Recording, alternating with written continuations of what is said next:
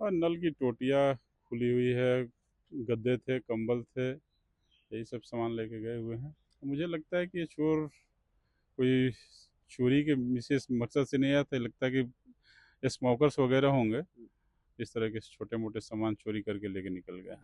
निश्चित कहीं करना चाहिए, आवासीय एरिया नहीं है उनके लिए। ये जो सड़क है, कहीं ना कहीं उनके रहने से मार्ग बाधित है, और इस तरह की घटना भी कहीं ना कहीं उसमें किसी भी तरह के लोग आ सकते हैं, झुग्गी झोपड़ियाँ में रह सकते हैं साइड से। प्रशासन ने क्या कुछ आश्वासन अब दिया? पुलिस प्रशासन आई थी, अपने देख करके गए हुए हैं, अपने अग्रेतर कार्रवाई में लगे हुए हैं। निश्चित तौर पर उनकी कार्रवाई होगी। मुख्यमंत्री नीतीश कुमार के आवास में चोरी हो गई और मुख्यमंत्री नीतीश कुमार के से जुड़ा हुआ दस्तावेज और बेशकीमती सामानों पर चोरों ने हाथ साफ कर दिया है। और मुख्यमंत्री आवास में जो डीजीपी हैं और बिहार के तमाम जो पुलिस अधिकारी हैं बड़े, वो लगे हैं जांच करने में। अगर इस तरह की कोई खबर आती है तो आप चौंकिए नहीं, क्योंकि पटना में विधानसभा हो, विधान परिषद हो, सचिवालय हो और तमाम जो अधिकारियों की आवास है, वहां पर चोरी की घटनाएं आम हो गई है। और अब एक बार फिर से मुख्यमंत्री नीतीश कुमार के आवास के जस्ट अपोजिट साइड में महज 50 मीटर की दूरी पर पूर्व मंत्री और वर्तमान में विधायक जो है उनके आवास पर चोरी हो गई है। विधायक जी का यही नेम प्लेट है, मुरारी प्रसाद गौतम, और उनके आवास में चोरी हो गया है। और देखिए यहाँ से महज आपको कैमरे की नजरों से देखें तो 50 मीटर की ये दूरी है। और आप देख सकते हैं कि यहाँ पर मुख्यमंत्री आवास है, जो गाड़ी जा रही है उसके जस्ट अपोजिट साइड में मुख्यमंत्री आवास है।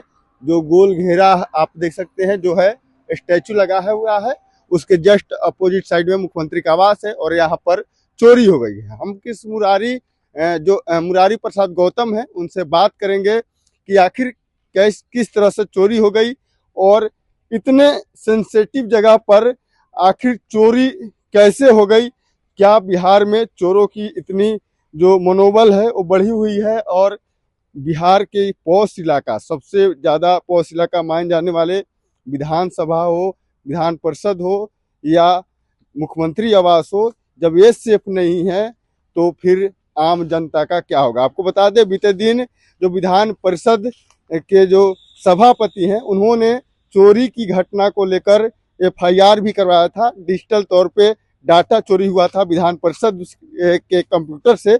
उसके बाद उन्होंने कहा था कि यहाँ चोरी हुई है। उसके बाद मुख्यमंत्री आवास से महज 100 मीटर की दूरी पर गोली चलती है, उसको लेकर भी एफआईआर हुआ था।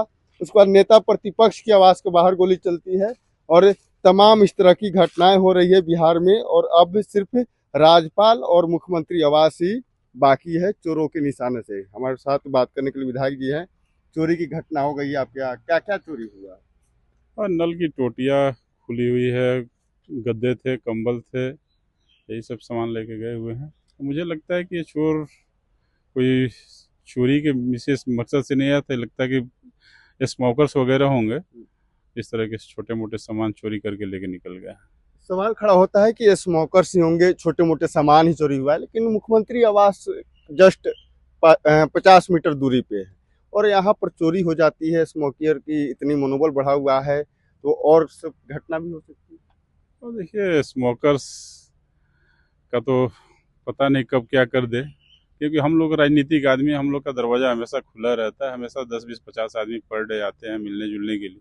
उसमें से हो सकता है स्मोकर्स घात लगा के रहा, दिखता रहा हो, आता हो अंदर, कभी देख लिया हो कि ये एरिया खाली रह रहा है, तो किसी टाइम में घुस करके इस तरह की घटना को अंजाम दे दिया है। जस्ट आपके बगल में लेसी सिंह का आवास है, सामने मुख्यमंत्री का आवास है, तो और गोली भी चल जा रहा है। नेता प्रतिपक्ष के आवास के बाहर गोली चला था, वहाँ पे अशोक चौधरी का भी आवास है, तमाम लोग का है। क्या लग रहा है, अपराधियों का मनोबल नहीं बढ़ा हुआ है पटना में? अपराधियों का मनोबल नहीं बढ़ा, इस तरह की घटनाएं कहीं ना कहीं जो असामाजिक तत्व के लोग हैं किसी भी एरिया में जाके कर सकते हैं।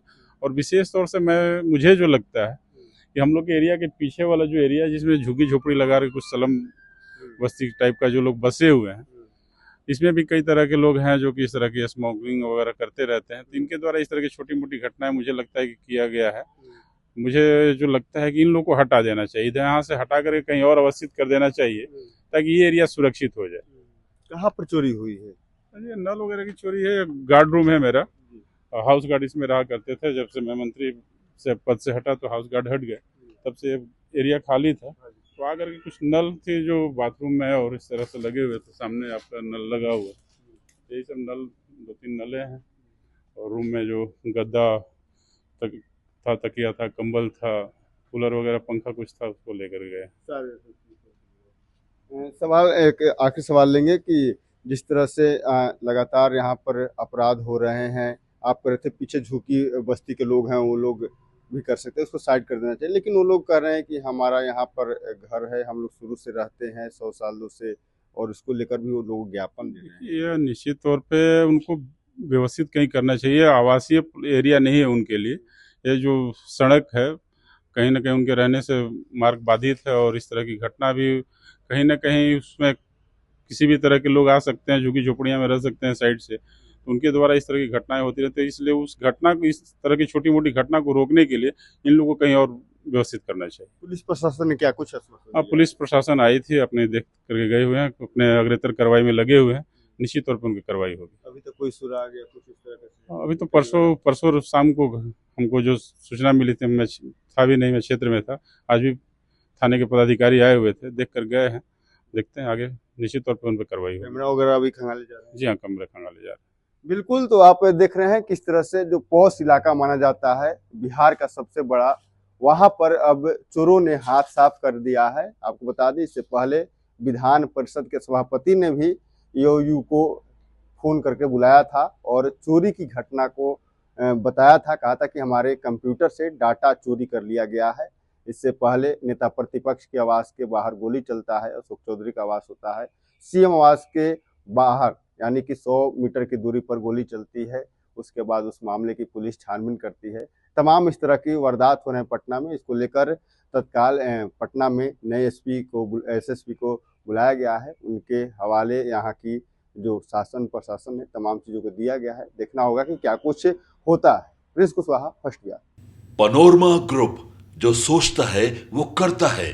आपके अपने सपनों का आशियाना। ये लो, मुंह मीठा करो। आज मैंने अपना जॉब छोड़ दिया, अब हम पूर्णिया वापस जाएंगे। जॉब छोड़ दिया है? मतलब ये घर कैसे चलेगा? हम करेंगे क्या? और माँ बाबूजी क्या बोलेंगे? इसलिए मैं एक और मिठाई का डब्बा लाया। अपने बिजनेस के लिए लोन अप्रूव हो गया। अरे लोन अप्रूव हो गया वो तो ठीक है, लेकिन पूर्णिया में हम रहेंगे कहाँ? अपना घर भी तो नहीं है वहां।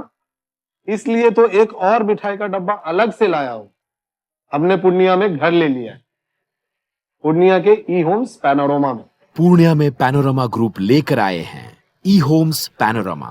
बड़ा घर, आलीशान जिंदगी और अत्याधुनिक सुविधाओं के संग। अरे अरे, अब क्यों मुंह मीठा करवा रही हो? क्योंकि हम घर वापसी जो कर रहे हैं। घर वापसी की खुशी पूर्णिया में ई होम्स पैनोरमा के संग। ई homes panorama, luxurious lifestyle redefined.